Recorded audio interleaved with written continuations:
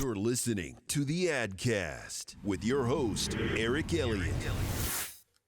You know what, Alex? Every time I intro the Adcast, I always say like special guest, but and I really mean it, but because everyone's special, but you've got some great stuff for us to go into today. And I want to welcome everyone to the Adcast. Also, welcome my guest, Mr. Alex Kelly, to the Adcast. Alex is the director of digital marketing at Ceros, and we're going to go into exactly what Ceros does and the amazing brands that they've had the opportunity to partner with. And, Alex, I'm jacked up to talk to you today. I've been talking about technology and how much technology is just going to change marketing more than it already has already. And we talked about that right before the start of it. So I would love for you to introduce yourself to the audience and tell people a little about you and Ceres. Yeah. Well, thanks for having me. Excited to be here. As you said, I'm the director of digital marketing at Ceros. So I essentially help manage and oversee the part of the marketing team that is not content and creative. So everything that's helping to drive new business campaigns, programs across digital, demand gen, field marketing, customer marketing, and so forth. So it's an exciting place to be at a company like Mhm, ours. mhm, Ceros is a really interesting company. So we essentially create technology solutions to help unlock your organization's creativity mm, and empower marketing teams to create more interactive, engaging digital content at scale without necessarily having to work, externally with an agency or a developer. We provide a number of tools to help you both on the creation side, the collaboration side, and it's a really exciting time for us. We just released a number of new products just last week. It was a big week for us, and yeah, yeah. yeah, we're really getting into the thick of it. Yeah, I think this must be a really a big time for you guys. This is like the Super Bowl because 5 years ago everyone felt like they had to have a human at the helm of everything, and now you've seen how much technology has just kind of changed the way we market now. Do you see that as well, Alex? Yeah, absolutely. I mean, we it's always great to still have the human at the helm, right? And Yep. we are still we create these technology solutions, and we use a number of technology solutions in the marketing Mhm. department to help augment that decision making and make sure that we're not, wasting time on repetitive tasks that don't need to be, managed day in day out by an individual.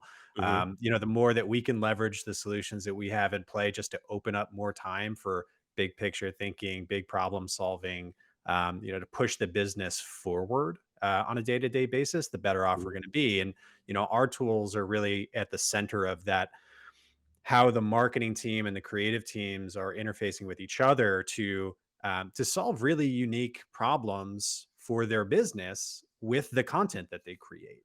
The core of that being our studio, which is very similar to other design solutions on the market today, but we add a number of different capabilities on top of that. You can add Mhm. interactions and animations, embed other kinds of media, publish Oh that man. content directly to the web. So for us, it's really about how do we put more power into the hands of the designers and the creatives within your company to do things that otherwise they would not have the capability to do, and really help to push their business forward. So for us, it's yeah, the technology is unlocking a lot of new capability and a lot of time to focus on these bigger picture problems.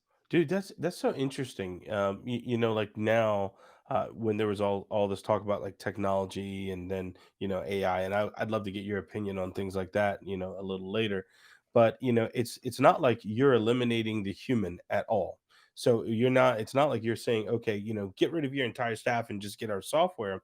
Like you said, it's kind of helping people make better decisions and kind of bringing marketing and creatives together, which there's usually a huge disconnect between the two, because the creative guys want to create. They don't care about the marketing aspect of it, and the marketing guys, they just want to market, but they want great creative Mhm. you There's know so much dependency across both of those lines.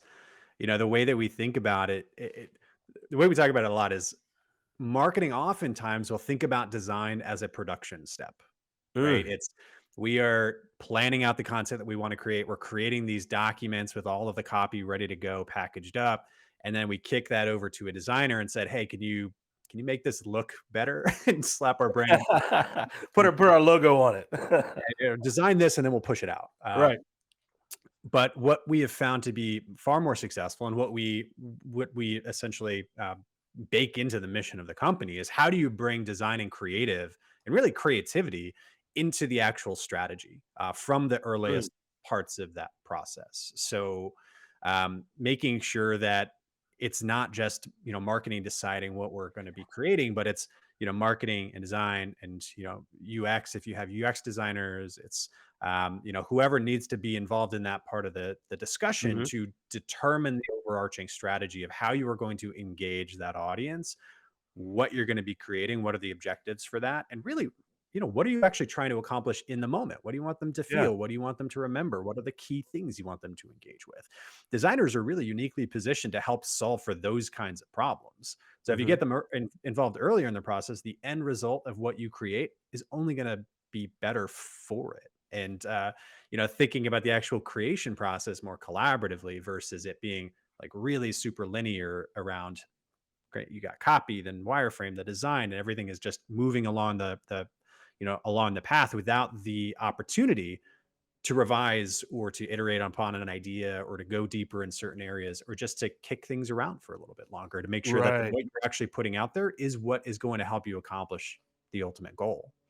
So it's not so like assembly line, just move things Yeah, along. exactly. Yeah, it's because I think that's kind of a detriment to marketing and creative right now when you kind of have the assembly line approach, just let's just move things along. How is it now with that process and being able to use that technology? How is it? Can you still humanize things? And does everything? I mean, I know you said like you can have your designers involved, but how do you do that and not make things seem so robotic and so automatic? Because it won't come across that way as authentic to an audience at all. Yeah, I think yes, you can for sure. And I think what's important for us to remind ourselves, especially as marketers, when we think about our audience, we're often thinking about this segment, this generalized population that Hmm. we know. All right, well, our ICP is marketing titles of this and this at organizations of this kind of size in this industry. So you're Hmm. using demographic or firmographic information, and you're building these profiles, these generalized segments that you're building into your ad platforms and so forth. But we have to make sure that we're always pushing it a layer deeper to think about what is the individual on the other end of this screen and what is the experience that they're expecting from you. What Mm. makes them unique in their decision making and the way that they interact with the world, and how can you account for that, or at least keep it into take it into account as you're going through the creative process. Because as human beings, we care about a lot of different things other than Yes. what kind of organization we work for. There are very inherent conditions that make us who we are. Things like we have emotions and we have the ability Exactly. to empathize with those around us, based on our situations. We constantly seek out understanding. We're asking questions of the world around us and of the people around us. And, big things, small things, our place in the universe. We have Mm. this unyielding desire to know and to understand and to ask questions of what is going on around us. We also have this deep desire for connection, and we are seeking out others that either think similarly to us, or they have similar experiences, or they just generally like the same things as we do. And we're building these small little communities and tribes of folks that have these same sorts of thoughts or desires, and we constantly seek out that kind of connection. Making people feel human.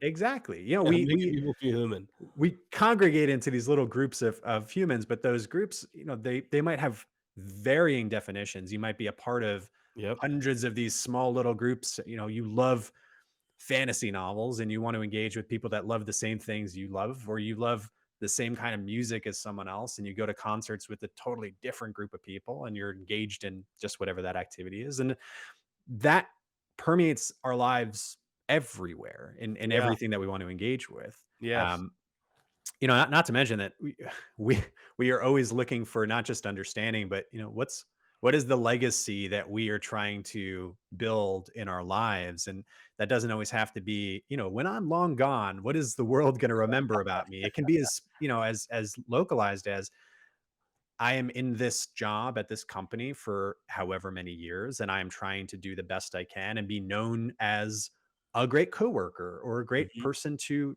work on certain projects with. And that's the legacy I want to leave when, I move on to the next thing. Um, and inherently, we also have these just, systems of ethics that dictate how we want to exist in the world and what we consider right and wrong, and Right. how we make decisions. And these are all things that are very different than the profiles we might look at in a list of Yeah. modifiers in an ad platform. But you're not going to get that in a targeting capability, but you can make sure that when you are creating an experience or creating content for that audience, that you're thinking about these things, Yeah. because all of those are just emotional states, and things that they are going to help resonate with on a deeper level. So we always have to think about, all right, well, how, yes, I want to get this in front of the right profile, the right segment, but Mhm. I also want the human being on the other end of this screen to really Y deeply You want care them to about what understand I'm it. exactly, and Yeah. understand it and resonate with them, and ultimately remember it after, the 10 minutes they spend on your website, or whatever the case is. So, um, we have to think about the human being on the other end, and go, Wow. at least one or two layers deeper. It's so funny you said that. I saw someone post something on social media, and they said, "Yeah, the interesting thing is there's algorithms telling us what we should like and what we shouldn't like now." Mhm. I just thought that was so interesting. Like, but Alex, let me ask you this though. I mean, you're right about that, about being able to humanize, from the user experience, I mean, from the for the user. But I mean, like, if someone is creating something like this, is there like some kind of checklist they need to make sure that they're doing or doing to ensure that they're doing the right things, before they kind of, begin marketing, saying like step one, step two. Is there anything like that to help people? Yeah, there's definitely things that are gonna help your decision making as you go through the process. And maybe not a checklist in the conditional sense, but these are the factors or areas that you really should make sure that you're at least considering as you go through. And that's really Mm, what's going to help you craft a piece of content or an experience that has a good shot at getting at some of those human elements. um and the way we think about it is really there's five key areas that you want to focus in on. okay. Those five are empathy. Number two is clarity. The number three is satisfaction. How satisfied are we feeling with something? Number Man. four is delight.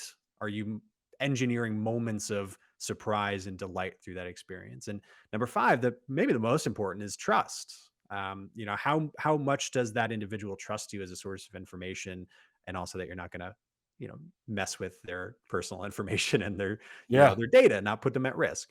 And those five things I think are really good signposts as you are creating anything to think about and guide your decision making. Because Mhm. starting with empathy, I mean, this is really in everything that we do, and how we interface with the world. But we want to think about as deeply as we can, all those conditions that really make us human. Yeah. How much can we understand Eh, who somebody is and what drives them, and put ourselves in their shoes and make sure that we are thinking about how this experience is created for them, not, for the not masses, to but not for not them. n for them, but not to them. Yeah, yeah, yeah, exactly. Right, right, Speak with somebody, not, at them, right? right, You wanna right. you wanna Yeah. you wanna make them a part of the experience and make it a conversation whenever possible. Um, but these are even base things like making sure the thing you're creating is useful and that it's usable, that they can actually access it, that it is Right. something that is desirable and interesting to that individual, that you're putting something familiar in front of them so that they don't have to be so outside of their norm, or that you're building with accessibility in mind, Yeah. things that are just going to make it usable for that other human being. And really, you're just thinking as empathetically as you can, who is this individual, or this you know amalgam of an individual, and Mhm. what do they care about, and how do I make sure that those things are reflected, and that the thing that we are putting out into the world has a base level of, this is done with them in mind, and this is Okay. done from their point of view. And then when you start to build from that foundation, and you start to think about the copy and the design and the framework that you're putting onto this, making sure that you are being as succinct and as clear as possible, thinking about how you put a really a layer of clarity on top of it. Because Yeah, the messaging. as consumers, the worst thing that can happen to us is that we hit a web page and we have no idea what we're supposed to do. No. There's like 17 different decisions that we can make about what we interact with on screen, and we have no idea. Maybe there's something below the fold, but there's no indication that you can actually scroll down. Like simple Right. things that just determine the decisions that we're making in the moment around how we want to engage with this thing. So making sure that we have really clear, clean, visual cues of, here's what I want you to do next. Here's how you interact with this interface. Making sure things are just legible and the Yeah. typefaces aren't conflicting with each other. And you're not putting more and more blockers in front of somebody to just increase their cognitive load and just confuse them with a mess, right? Because you just want them to experience it, you want them to get through it, you want them to understand it, and you want them to come away with at least some points of remembrance after the experience. Alex, that's those are two words. The two words you brought up, and you said a lot in there, was the empathy part that I think a lot of people forget about. And I think so many people are so self-serving, or there are a lot of brands, not all of them, that are self-serving, and they don't really think about the experience, Yeah, you know? exactly. It And is. those are two very important elements you just named. Yeah. I mean, that those two things alone are going to get you a far away, right? Like Mm, if you are thinking about them from their point of view, and you're creating an experience that's clean and easy to use, and they're not overly confused about what you actually want them to interact with, right? that gets you to a point of at least shared understanding and usability. Right.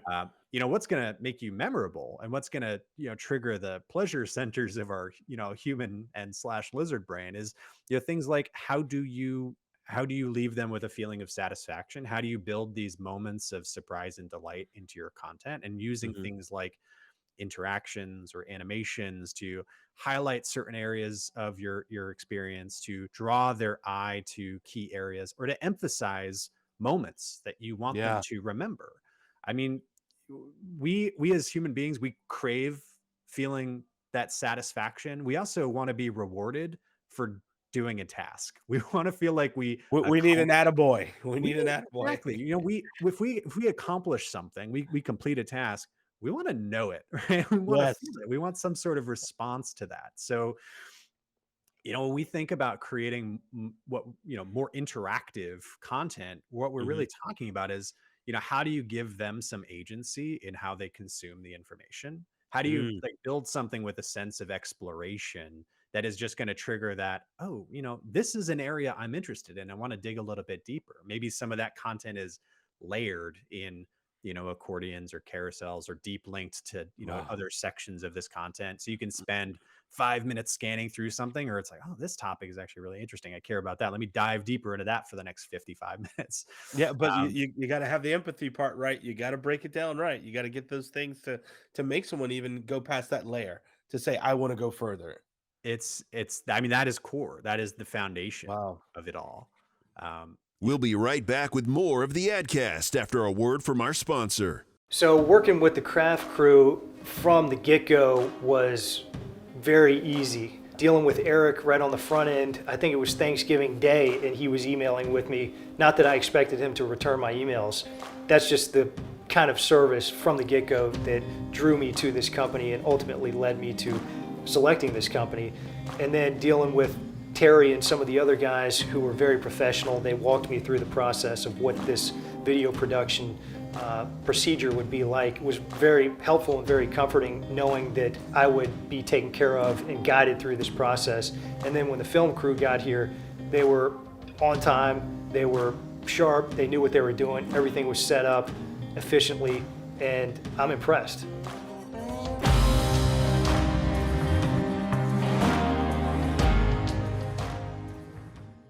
When you open a business, you want to make sure that your presence is felt. Not just having your name on a billboard or having your name on the front of your building. You truthfully have to let everyone know that you're in business.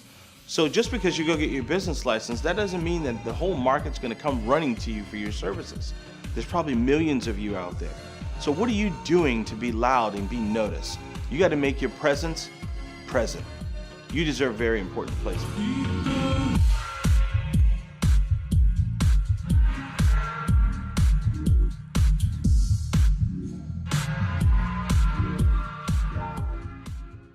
You know, there's a really great example of this where I think it's in Asana, right? Like some of these project management tools where you are managing your day to day, you're managing the work that you're accomplishing. And if you complete a task, you know, maybe this is the really important thing that's been on your to-do list for 5 days. And you finally, it's like, I'm checking this thing off my list. And this unicorn and rainbow just shoot across the screen. This, you know, response to you accomplishing what you set out to accomplish, which is Yeah. just the perfect example of building that satisfaction into the experience, right? There's a response there, and that can be visual. It can be that kind of, you know, trigger or animation. It can also be, you know, audio. I mean, you think about how you like interact with every application on your phone. There's some sort of tactile vibration whenever you're clicking on something, but Yep. oftentimes there's a sound that triggers when you accomplish a certain action that just hits something in your brain that just associates that sound. There's a flood of, you know, endorphins or you know, some sort of chemicals in your brain, and Yeah. it starts to build this repeated motion and this thing that you just, you know, you find a little bit of pleasure in your day just accomplishing something. You know, you complete Yes. your Wordle in the morning or your crossword puzzle, and something you know fires off. It's like, that makes me feel, you know, a certain way. You bring up a great point. You bring up a great point. You brought up Asana, and I remember we'll talk about another brand that you guys are partnered with, Yeah. a HubSpot, but like we used to use another platform and before we did the HubSpot, and whenever you would get a task done, it would be like the little confetti that goes across. So I know exactly what you mean, and it's like it is a sense of accomplishment, you know, Yeah. and it's almost like that digital attaboy that you're getting. Yeah, my favorite is if you work at a company, you know, startup where you have stock option grants, right? And Mhm. you start to see your vesting schedule over those first couple of years. You get that Carta email that just like, hey, it's another month. You vested X number of shares, and there's like confetti in the email. It's like, oh, Yeah. that's a good feeling. You know, it just keeps you coming back. I mean, I want to dive into a lot more of what Ceros does and your role there as well too. I mean, because you guys work with some very recognizable brands, AT&T, Condé Nast, you know, Red Bull, HubSpot, you know, just some of the other names. So like, you know, like when people hear like Ceros, like you guys are you're around, you're working with some serious brands right now. I mean, how do partnerships like that work? Like specifically, like one that you guys have, like with HubSpot, you know, and those folks have been on the show before as well. Yeah. So, you know, there's a couple of different ways we are building these software solutions to help you accomplish, you know, specific end goals. If we think about our studio product, Hmm. that is sort of our core, is the main product up until about, you know, a week ago, and we're starting to layer on these additional yeah, creative tools around this ecosystem we're building. But the Hmm. studio is where all of this design and creation is happening. We are working with organizations essentially they're entering into a subscription model for use of our studio. And Mhm. what they're able to do with that is design any kind of content that they need to fuel their business. And what's really interesting to see, especially as you mentioned a lot of different brands and a lot of very different kinds of businesses. Yeah, But one thing that that's is incredibly common across these is that regardless of the end objective and regardless of the audience and regardless of the model, um, in large part, content is what is fueling those activities. There is some yes. endpoint, there is some story, there is some, you know, products that they are looking to build a story or content around, and they are looking to get that audience to not just visit, but engage and consume and Yeah. understand. And brands have a really hard time cutting through the noise in an increasingly crowded digital space. You Mhm. think about all the competition that you have for your audience's attention. It Yeah. is not just every one of my competitors is creating content and fueling the same kind of strategies as I am. I mean, you think about going back to HubSpot, the inbound marketing model of content creation, organic traffic around social media, around building this awareness engine and bringing people through the content marketing funnel. More and more and more and more businesses are creating more and more and more and more content and distributing it Wow. across every channel. Yeah. And we're all executing fairly similar playbooks in that regard, right? And in a lot of cases, it's more difficult for these companies to create something unique that is bespoke to them, that is really indicative of their brand and then the end objective of what they want somebody to actually do and engage with and understand. And if they are creating that content, it might be really resource intensive, or they might be working with an external agency to create these individual projects that are key moments in their customer journey. But they're Yeah. not able to do that same sort of activity across every touch point across the entire journey because it is really difficult to do that. So Wow. how do we put, more power into the hands of the designers that are already working in these companies to not just create the mock-up or the wireframes, but they can just directly design in Ceros, add all those types of components on top of those interactions and animations on top, and then just press a button and publish it to the web.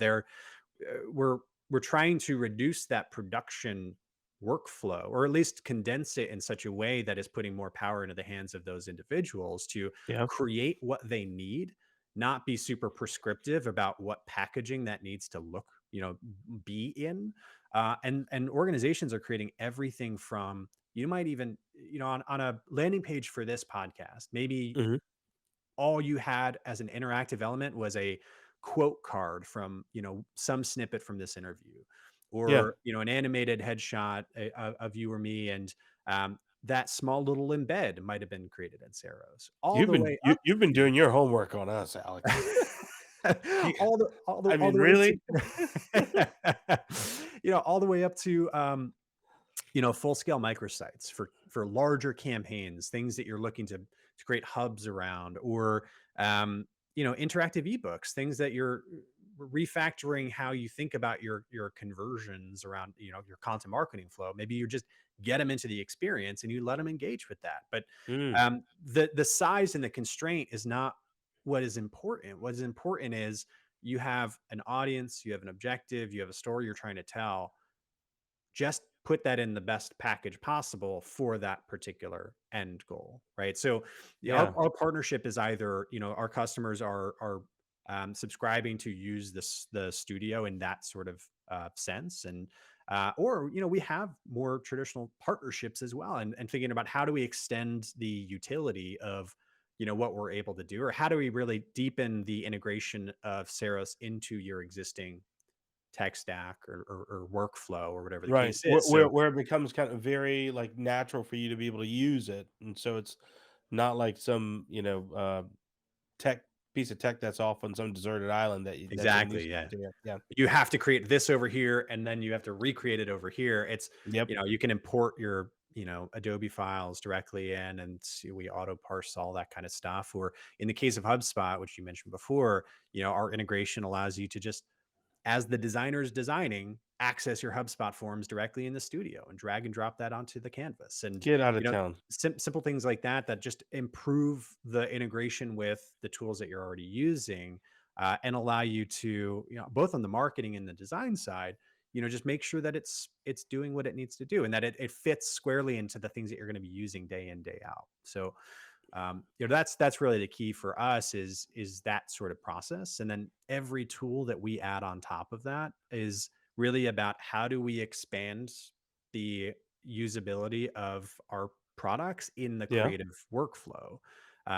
We have another tool that we launched almost 2 years ago, I want to say, called Markup, which Hmm. um, is really a visual commenting and collaboration tool. It allows you to essentially paste in any staged or development or live website URL, or upload different file types, even supports video now. And, we all know the process of collaborating with those around us to get a creative project done. It can be endless various email threads or Yeah. Slack conversations. It's all over the place. Exactly. Yeah, especially now the way business is now, because there are a lot of teams that are remote.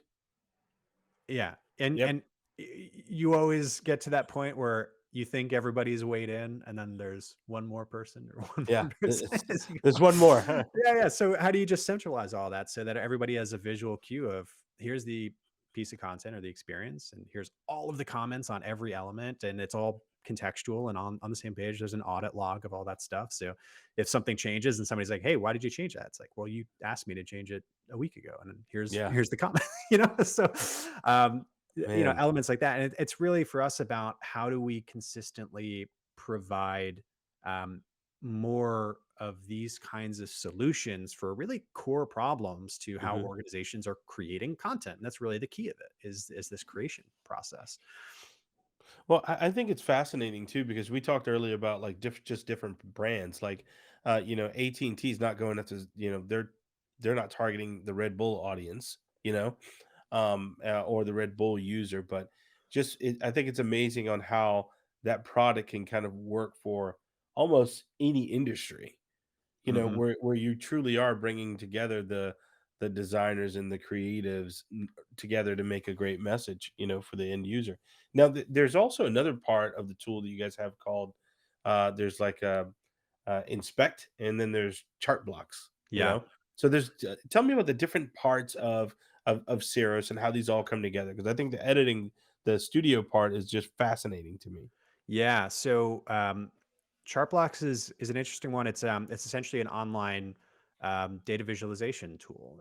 We'd Mm, integrated them into the business a number of years ago, and really what our most recent sort of launch was, how do we bring that further into the ecosystem, both from a branding perspective, but also sort of refine the flow of the product itself. It's fully free. There's no paid tier for that. You can just mm. go and upload a data set to the chart builder and choose your different visualization types, and then take that chart and embed it wherever you need it. So even Wow. as you're creating editorial or blog content that requires some sort of data set to help build that story, you're able to just take that chart, embed it directly into your post, and that data then is centralized and hosted in Chartblocks. So if you update it, it updates where the chart is, and Wow. simple things like that. And inspect is an interesting one, where it's a little bit outside of what our studio product does. It's taking more of the creative process from the context of how designers and developers are Mhm. collaborating, and saying, um, hey, you've got this Photoshop file or Illustrator, this mock-up of a web page, and you can just upload that file, and then it spits back out a version of that the developer can use, and figure out exactly, what are the specifications for these different elements, and the code elements or blocks that I can then use to directly start building this design. And it just helps with the communication across those lines. It helps with the collaboration, and sort of cuts down on some of the back and forth that you might typically find when you're taking a design and then recreating that design in a different context. Mhm. It's another tool for that. So it's a different part of that process, but it's still important for designers who are working with so many different teams in their company. They have stakeholders in marketing who are have a lot of projects that have design Yeah. needs. There's, enablement,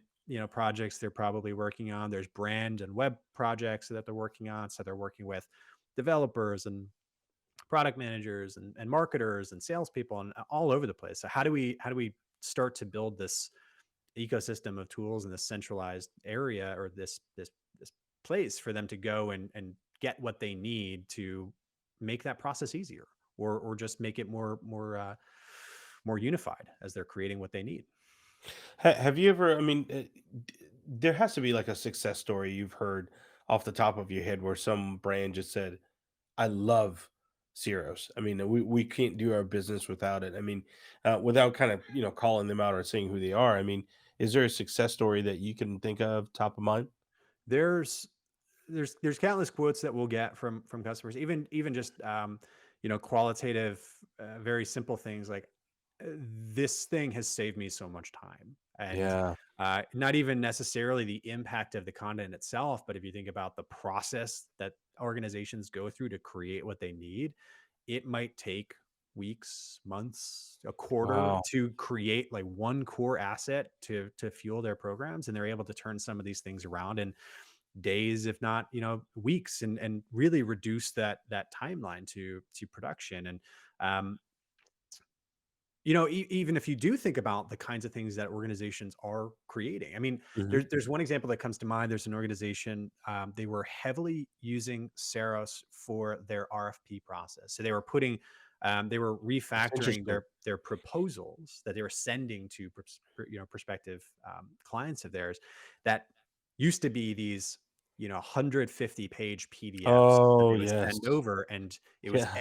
everything they offered, and it was this monumental document for somebody to navigate through.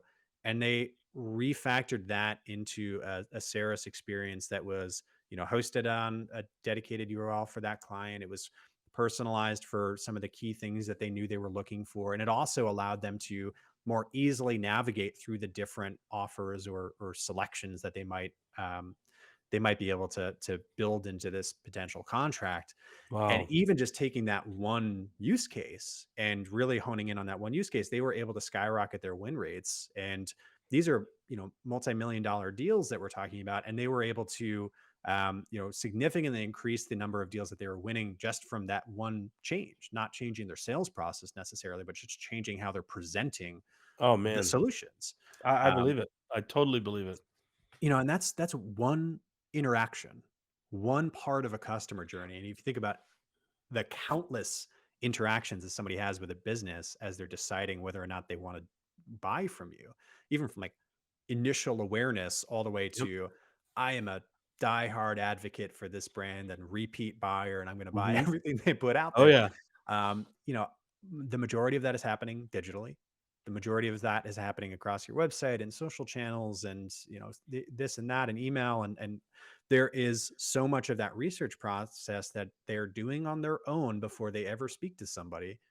And every single one of those is an That's opportunity to right. think about, what does that human being care about? How do I create the best experience possible for what they're looking to do? And how do I get that content to where it needs to be as efficiently as possible? And that's really the goal. But you got to start somewhere, which is the key. No, that's totally right. I mean, like in for the last 2 years, I mean, COVID has changed a lot of how people do business. I mean, even us, I mean, we have a 5,000 square foot building, and and this year, like our entire company went remote. And the first thing that we worried about was the challenge of like our processes, like how do we communicate with the design team and everything else. So this must be like a godsend for a lot of people when they went remote to be able to bring things together and also be a lot more efficient. Yeah, it was really interesting. Um, a lot of organizations that knew, you hear about digital transformation all the time, and typically it's from this infrastructure and your data architecture and the systems that are actually running your business, that Mhm. point of view. But also a lot of organizations that were traditionally brick and mortar, that were very reliant on hand to hand and Hand to word, hand.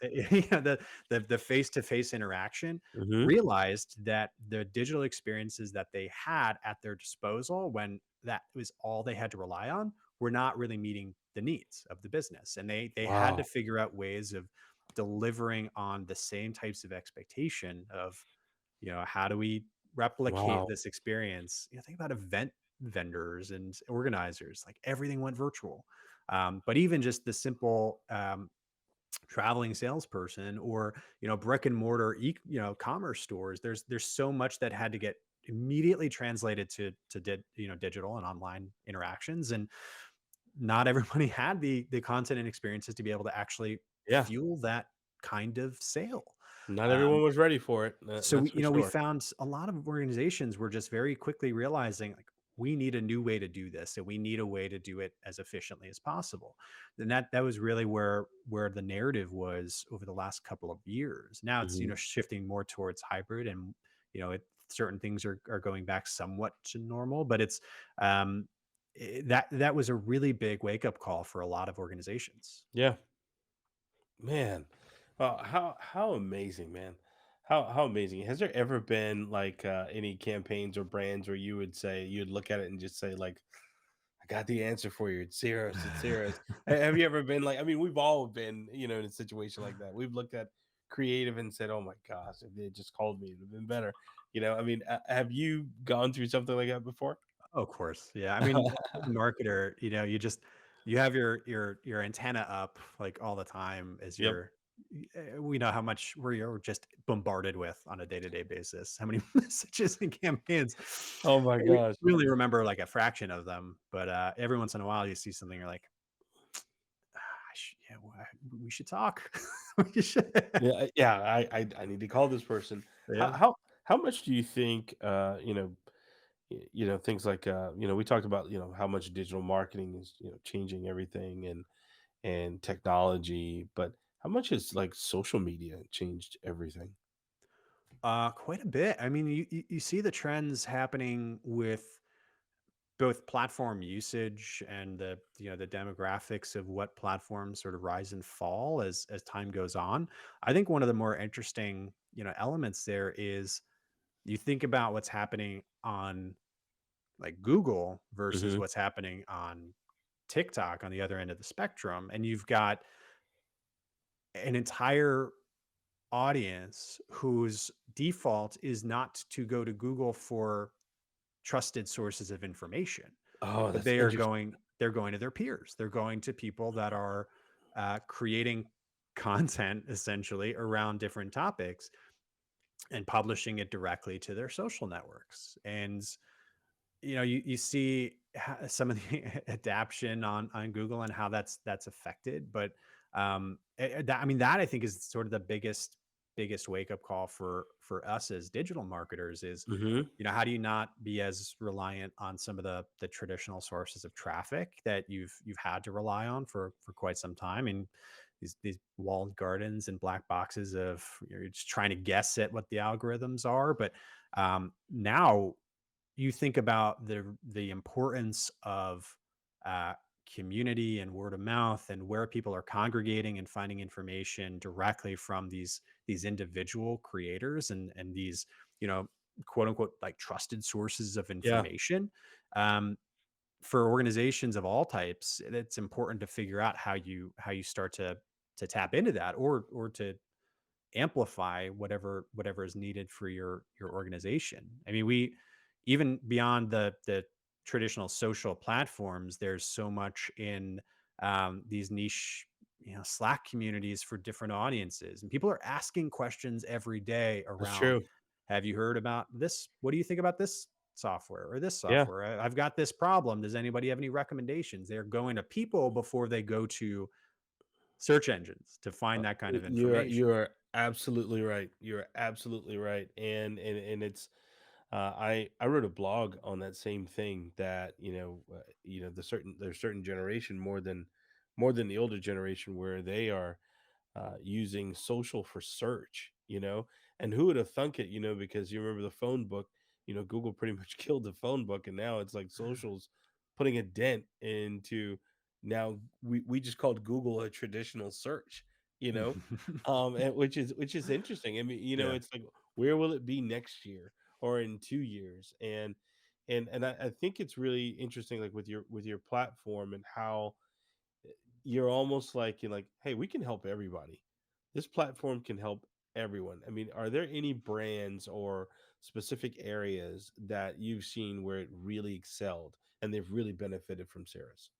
Yeah, we work with organizations across countless sectors and different sorts of industries and products, where we see a lot of organizations creating certain kinds of content, B2B technology companies who are really, oftentimes at the forefront of, trying out different tactics and, jumping on the latest solutions and, maybe a little bit more willing to experiment. They're creating a lot of content to fuel their demand campaigns and, Mhm. you know, um, trying to improve the efficacy of how they generate, leads and demand and pipeline for their organizations via content. Um, also their product collateral, and that is actually pretty ubiquitous across a number of different segments. Mm. Manufacturing is one that's really interesting. There's really highly technical products, and there's things that they need to showcase around how this actually works. And an interactive module that really dives deep into the nitty gritty of how a product works and what each component does is a great way to show that. Wow. Um, but we also work with a lot of organizations in like real estate who are trying to showcase more interactive walkthroughs of properties, both commercial and residential, and healthcare organizations who are looking to create more engaging product collateral about new solutions in med device or pharmaceuticals, or health systems that are looking to educate their audiences on various needs or solutions that they offer in their hospital systems. And also, a huge sector for us is media and publishing, which is probably not a surprise, right? Like these organizations that are looking to create content that is engaging to their audiences and keeps them engaged for longer, because that's what their model is based off of, keeping Exactly. eyeballs They need engaged. that. They need that, and they're going to probably put out more content than the average brand because they Yeah, have to. exactly. Wow, man, I'm blown away. So Alex, tell people exactly how to find Cirrus and also look you up as well and contact you if that's all if that's okay. Yeah, absolutely. So, Ceros, you can find us at ceros.com, Ceros.com. We've got actually a brand new website as of last Tuesday. And I'm looking at it, man. lo- Pretty sharp, man. Pretty yeah, sharp. Pretty lot sharp. lot of information about our various products: Studio, Markup, Chartblocks, Inspect, Editor, which is forthcoming. And there's a lot of information and inspirational content there. Our editorial property, Ceros Inspires, really phenomenal. And a lot of really cool stuff that the team has been creating there. And you can find me typically on LinkedIn. It's slash Alex John Kelly at the end. And, I'm the Alex Kelly that's connected to the Ceros profile. And, I'd love to connect with anybody and, just talk more about this. This is super interesting to me. No, I think it's awesome, man. So, Alex just gave you guys the website address. I think you should really go on, definitely check it out, see some of the products that we've been talking about, and also what people are saying in the community on the website. And, he actually ate his own dog food. So if you go to the website, you'll see exactly what he means by having some empathy and how people actually take a look at the platform. It's very inviting. I really like it too. So, I want to thank you, man, for being a guest, man. We really definitely have loved having you on. Thank you, Alex, for being a guest. Also thank our video production company, Craft Creative, for being a sponsor of the podcast. And thank you to our listeners for giving us their most valuable asset, which is their time. And speaking of time, use that time to go check out Ceros online, like what Alex just said. All right. This has been the Adcast. Alex, thank you so much, man. Thank you so much. Ton of fun. Hey guys, I'm back. I hope that you enjoyed that episode of the Adcast. If you didn't, go online, give me a review, and tell me how you want us to make it better for you. And if you did, give us a 5-star rating anywhere that you listen to your favorite podcast. But I want to thank you for your most valuable asset. That's your time, and thank you for listening. Enjoy the Adcast, and stay tuned for another hot episode coming up soon.